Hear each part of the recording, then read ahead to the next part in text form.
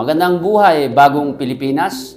Kaming mga kapulisan ay walang tigil at sawang magbigay ng seguridad sa taong bayan 24/7. Kaya naman ang nais namin ay lagi kayong ligtas sa iba't ibang klase ng krimen tulad na lamang na tinatawag na modus operandi na ginagamit ng mga kriminal upang makagawa ng isang krimen.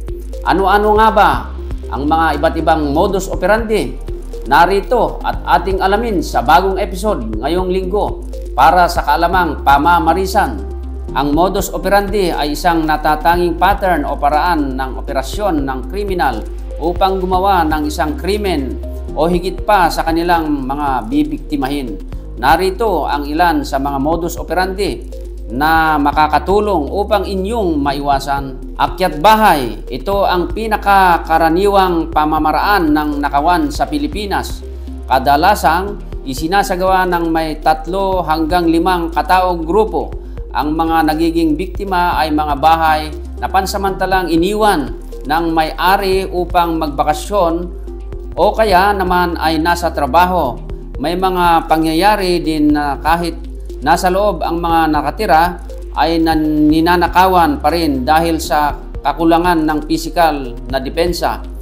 10 oras ng gabi, lalo na kung natataong malakas ang ulan o kaya naman ay brown out, mga alahas o kasangkapang sa bahay ang karaniwang tinatangay ng mga magnanakaw. Salisi, ang karaniwang nasasalisihan ay mga tindahan, tahanan, maging mga opisina na kung saan ang bantay o nagmamay-ari ay pansamantalang na baling sa ilang bagay. Sa pagkakataong ito, mabilis na isinasakatuparan ang pagnanakaw at alinmang bagay na may halaga at mabilis na maitatago o madadala ay ninanakaw. Ika nga, nasasalisihan ka na. Bukas kotse, karamihang nagaganap sa mga paradahang walang nagbabantay. May mga insidente ring nangyayari kahit na sa mga parking areas. Sa mga sanay na sa gantong krimen, ilang segundo lamang ang kinakailangan para mabuksan ang sasakyan. Lahat ng mahalagang bagay sa loob ng sasakyan ay kinukuha.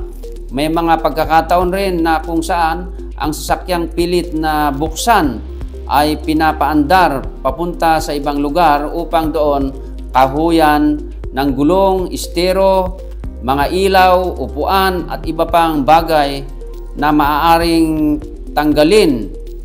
Kung minsan pa nauuwi sa karnaping ang insidente. Karnaping. Ang karnaping ay mabilisan ang pagsasagawa. Kadalasan 20 to 30 segundo lamang ang kinakailangan para makarnap. Maaaring marahas ang insidente.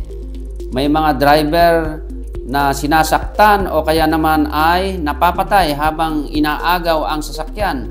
Karamihan ng karnappers ay armado ng baril o kaya patalim. Dugo-dugo, ito ang tawag sa mga insidente na kung saan ang suspect ay tatawag sa telepono o kaya naman ay personal na pupunta sa bahay at nagpapanggap na kamag-anak o kaibigan ng isang miyembro ng pamilya na ayon sa kanya ay nadisgrasya at kinakailangan ng pera o alahas para maipagamot.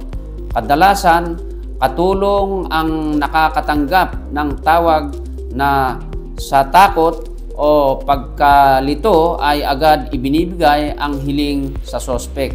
Budol-budol. Isang halimbawa ng budol-budol ay nangyayari sa mga transaksyong ng bayaran. May perang totoo, subalit ang karamihan ay mga perang peke. Isang halimbawa pa ay sa mga bentahan ng ginto. Ang ipapakitang sampol ay tunay, subalit ang iba o ang karamihan ay pawang mga peke na. Madalas din itong mangyari sa mga transaksyong may kinalaman ang pera. Ipit taxi, kadalasang mga nabibiktima ay mga kababaihan.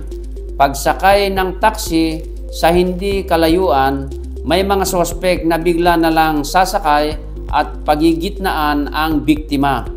hold up ang pera, alahas at iba pang mahalagang gamit o dala ng biktima na kinukuha ng sospek.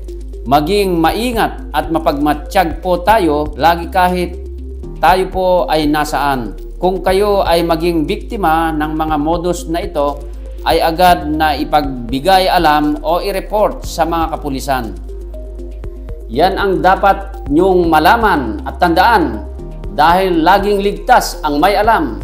Ako po ang iyong EPD Kalamang Correspondent, Police Captain Ricardo D. Malong Jr. sa Bagong Pilipinas. Ang gusto ng pulis, ligtas ka.